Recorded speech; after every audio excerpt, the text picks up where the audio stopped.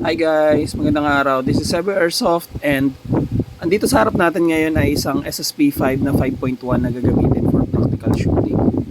And kung mapansin nyo, nakabaklas yung upper niya, yung outer barrel niya, yung front slide niya, nakafix yan eh. So nakabaklas din itong inner barrel niya.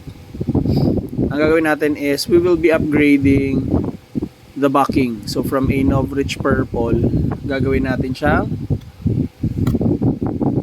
Quantum Friction Pro from Forward. So ito rin yung gamit natin sa SSP5 natin. So nung tinanong tayo ng client, ano ba yung magandang backing?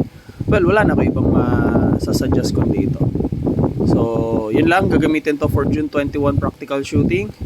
Isa to sa mga makakalaban natin. But of course, titiwala sa atin yung ating kliyente for us to make this a better shooting gun. Kasi naging issue daw niya dito sa SSP5, pansin daw niya parang lumiliko yung bala. So we will be checking yung alignment ng barrel, ng backing dun sa TDC half-up chamber niya. Okay? So balikan natin kayo mamaya.